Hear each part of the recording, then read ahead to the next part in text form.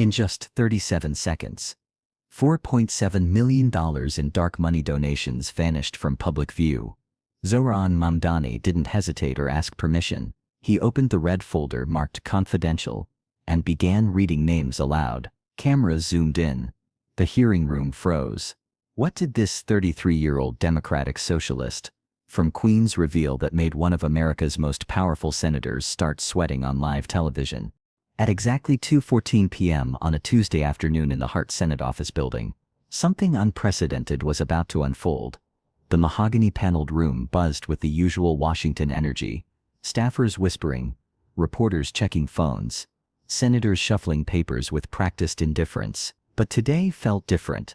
The air carried a tension that made even seasoned political journalists sit straighter in their chairs. J.D. Vance entered the room like a man who owned every conversation before it started.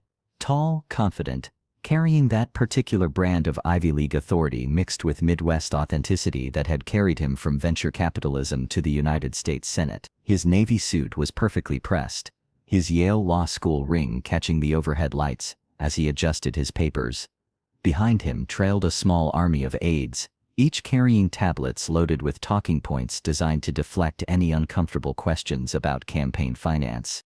The senator settled into his chair, with the ease of someone who had faced tougher rooms than this. His fingers drummed once against the polished table, before going still.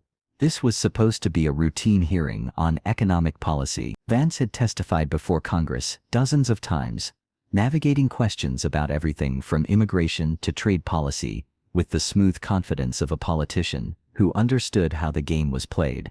What he didn't expect was Zohran Mamdani, the New York State Assembly member, walked into the federal hearing room like a tenant organizer who had memorized every broken promise in the building. At 33, Mamdani carried himself with the quiet intensity of someone who had spent years fighting battles that most people assumed were already lost. His dark hair was slightly tousled, his tie loosened just enough to suggest he cared more about substance than appearance.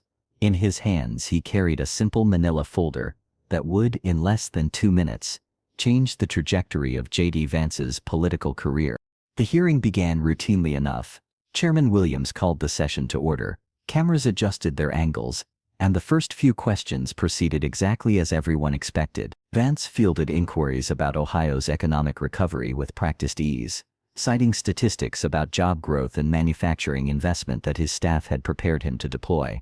Senator Vance, began Congresswoman Martinez from California, your recent statements about supporting working families have been widely reported. Can you elaborate on your legislative priorities?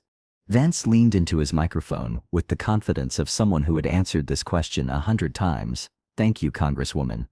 My focus has always been on bringing good-paying jobs back to communities that have been forgotten by Washington elites, whether that's supporting domestic manufacturing or ensuring our trade policies benefit American workers. I'm committed to policies that put working families first. The answer was smooth, poll-tested, designed to appeal to the broad middle of American politics. Vance's approval ratings had been climbing steadily, and moments like this were exactly why. He projected competence, authenticity, and just enough populist edge to distinguish himself from the traditional Republican establishment. That's when Zohran Mamdani asked for recognition. Mr. Chairman, if I may. Mamdani's voice cut through the comfortable rhythm of the hearing like a blade through silk.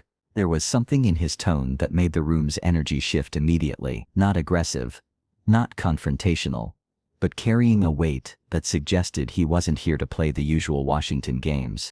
Chairman Williams glanced at his notes, then nodded. The chair recognizes Assemblymember Mamdani for 5 minutes. Mamdani stood slowly, deliberately. He didn't rush to his microphone or fumble with papers like most witnesses in federal hearings. Instead, he took a moment to look directly at J.D. Vance, making eye contact that lasted just long enough to be uncomfortable. When he finally spoke, his voice was calm, measured, and absolutely lethal. Senator Vance, I appreciate your comments about supporting working families. I'm curious about how that rhetoric aligns with your funding sources.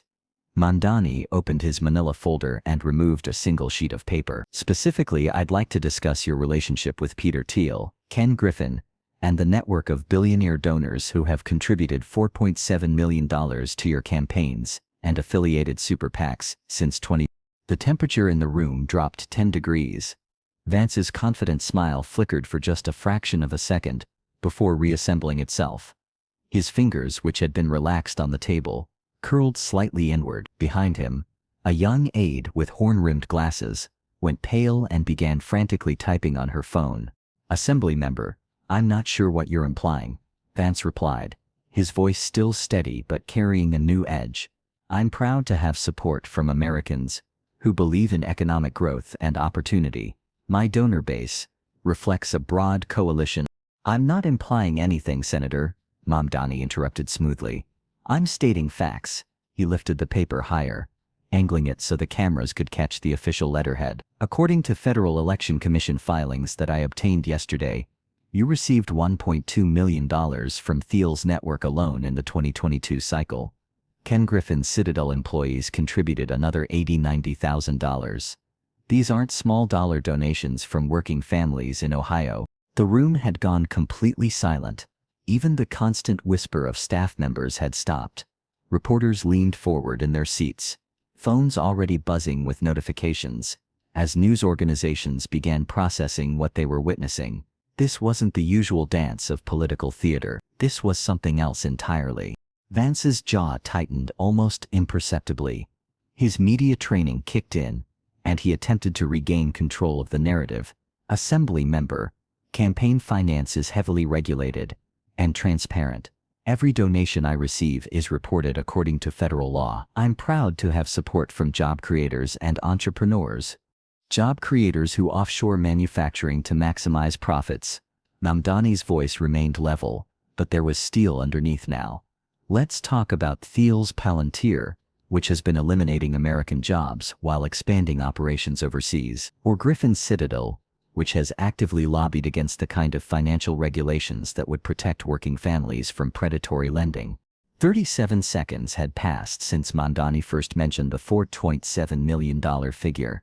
In that time, J.D. Vance had transformed from a confident senator into something approaching a cornered animal. Sweat was beginning to form along his hairline despite the air conditioning. His right hand, which had been resting casually on the table, now gripped the edge hard enough that his knuckles were turning white. The cameras caught everything. CNN's main feed zoomed in on Vance's face, capturing the moment his composure began to crack. C-SPAN's unblinking eye recorded the subtle shift in his posture as he leaned slightly away from Mamdani's microphone. Social media was already exploding with clips of the exchange, hashtags forming and trending in real time. But Mamdani wasn't finished. "Senator, I have here a document that I think you'll find interesting." He reached into his folder again, this time producing a thicker stack of papers bound with a black clip. "These are internal communications between your campaign and Thiel's political operation, obtained through a Freedom of Information Act request. Would you like me to read some of the more revealing passages?" The color drained from Vance's face entirely. Behind him, his chief of staff was now making urgent hand gestures to someone off camera, probably trying to coordinate damage control that was already too late. The senator's mouth opened and closed once without producing sound, a tell that political observers would analyze for weeks afterward. I'm not familiar with any specific communications you might be referencing," Vance finally managed, his voice noticeably less steady than it had been moments before. "My campaign operates with full transparency." February 15, 2023. Mamdani read from the document. Email from campaign manager David Chen to Thiel operative Michael Torres. Subject line: labor position flexibility. Quote: "JD can moderate his public stance on union organizing if necessary to secure the additional funding we discussed. The base won't notice, as long as we maintain the populist messaging." End quote. The hearing room erupted. Gasps rippled through the gallery. Reporters began typing furiously, and Chairman Williams had to gavel for order 3 times before the noise subsided. But the damage was done. In less than 2 minutes, Zohran Mamdani had effectively ended J.D. Vance's political future. What happened next would be dissected by political scientists for years. Vance attempted to stand, perhaps to leave the hearing entirely, but his legs seemed unsteady. His face had gone from pale to flushed, and small beads of sweat were now visible above his upper lip. The confident senator who had entered the room less than an hour earlier was gone, replaced by a man who looked like he wanted to disappear entirely. "That document is taken out of context," Vance stammered, but his voice cracked on the word context. "Campaign communications are often, they don't reflect. I have always been consistent in my support for working people." Mamdani tilted his head slightly, like a teacher disappointed in a student's obviously false excuse. "Senator, would you like me to read the follow-up email, where your campaign explicitly promised Thiel's people that you would vote against the PRUO Act in exchange for an additional $500,000 in Super PAC funding?" The question hung in the air like smoke from a building fire. Vance opened his mouth to respond, then closed it again. His hands were visibly shaking now, and one of his aides finally stood up and whispered something urgent in his ear. The senator nodded once, then leaned into his microphone with what remained of his dignity. I think there may be some misunderstanding about these documents. I'd like to review them with my legal team before commenting further." It was over. In admitting he needed to review documents that he had just claimed didn't exist, or were taken out of context, Vance had confirmed their authenticity. The room knew it, the cameras knew it, and most importantly, Zohran Mamdani knew it. Twitter exploded within minutes.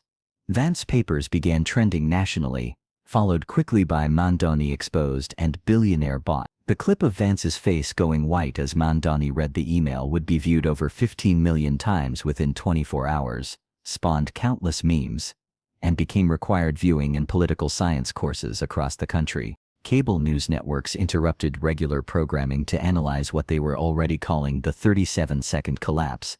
MSNBC's Rachel Maddow devoted her entire show to the documents Mamdani had revealed. Fox News attempted damage control, but struggled to explain away direct quotes from Vance's own campaign. Even conservative commentators began distancing themselves from the senator, recognizing that some scandals are simply too toxic to survive. But perhaps most importantly, the people of Ohio were watching, in diners and factory break rooms, in suburban living rooms, and college dormitories. Voters who had supported Vance, based on his promises to fight for working families, were seeing those promises revealed as calculated lies, designed to secure billionaire funding. The immediate aftermath was swift and brutal. Within hours, 3 major Ohio newspapers called for Vance's resignation. Union leaders who had remained neutral in past elections issued statements expressing betrayal and anger. Democratic challengers began preparing attack ads that would practically write themselves. By evening, Vance's approval ratings had dropped 12 points. By the end of the week, major donors began pulling support, not because they disagreed with his positions, but because he had become politically radioactive. Internal polling showed him losing a hypothetical re-election campaign by double digits. The irony was perfect. J.D. Vance, who had built his political brand on critiquing elite coastal liberals, had been destroyed by a 33-year-old Democratic socialist from Queens, who had simply read Vance's own words back to him. The populist senator, undone by his actual relationship with the billionaire class he publicly criticized. Mamdani, meanwhile, became an overnight political sensation. Democratic fundraising platforms crashed under the weight of small-dollar donations pouring in from across the country. Progressive organizations that had never heard of the New York Assembly member began reaching out about speaking engagements and endorsements. Cable news bookers flooded his office with requests. But in interviews afterward, Mamdani remained focused on the substantive issues that had motivated his confrontation with Vance in the first place. "This isn't about political theater," he told CNN's Anderson Cooper. "This is about whether we're going to have honest conversations about who really controls our political system." Senator Vance likes to talk about fighting for working families, but his own documents show he was willing to sell out those families for campaign contributions. The documents Mamdani had revealed were authentic, obtained through painstaking research and FOIA requests that his small staff had been filing for months. Unlike the flashy opposition research operations run by major political parties, Mamdani's approach was methodical, focused, and devastating in its simplicity. He had simply followed the money and found exactly what anyone paying attention knew they would find. The broader implications extended far beyond one senator's political career. Mamdani had demonstrated something that political professionals had long claimed was impossible, that a relatively unknown progressive politician could take down an established conservative figure using nothing but publicly available information and the courage to speak truth to power. Political observers noted that Mamdani's approach represented something new in American politics. He hadn't relied on opposition research firms, high-priced consultants, or coordinated media campaigns. Instead, he had done the basic work of democracy, holding powerful people accountable for their actions and their words. Within weeks, other progressive politicians began adopting similar tactics. State legislators in Texas, Michigan, and Wisconsin started conducting their own investigations into the billionaire networks funding their conservative colleagues. The follow the money movement that emerged from Mamdani's example began forcing uncomfortable conversations about campaign finance in state capitals across the country. For J.D. Vance, the damage proved irreparable. Despite attempts at rehabilitation, polling never recovered. Major Republican donors shifted their support to potential primary challengers, calculating that Vance had become unelectable. By the end of the year, he announced he would not seek re-election, citing a desire to spend more time with family. But the real victory belonged to the democratic process itself. In an era when political scandals often seem to bounce off politicians without consequence, Mamdani had demonstrated that accountability was still possible. The tools were available to anyone willing to do the work: public records, campaign finance databases, and the courage to ask uncomfortable questions in public forums. The hearing that began as routine economic policy discussion had become a masterclass in how democracy is supposed to function. An elected official had used publicly available information to expose corruption, forcing accountability from a powerful figure who had assumed his position made him untouchable. 37 seconds. That's all it had taken to change everything. 37 seconds for the cameras to catch the exact moment when J.D. Vance realized his carefully constructed political persona was crumbling in real time. 37 seconds for America to see what happens when populist rhetoric meets billionaire reality. 37 seconds for Zohran Mamdani to prove that sometimes the most powerful weapon in politics is simply telling the truth.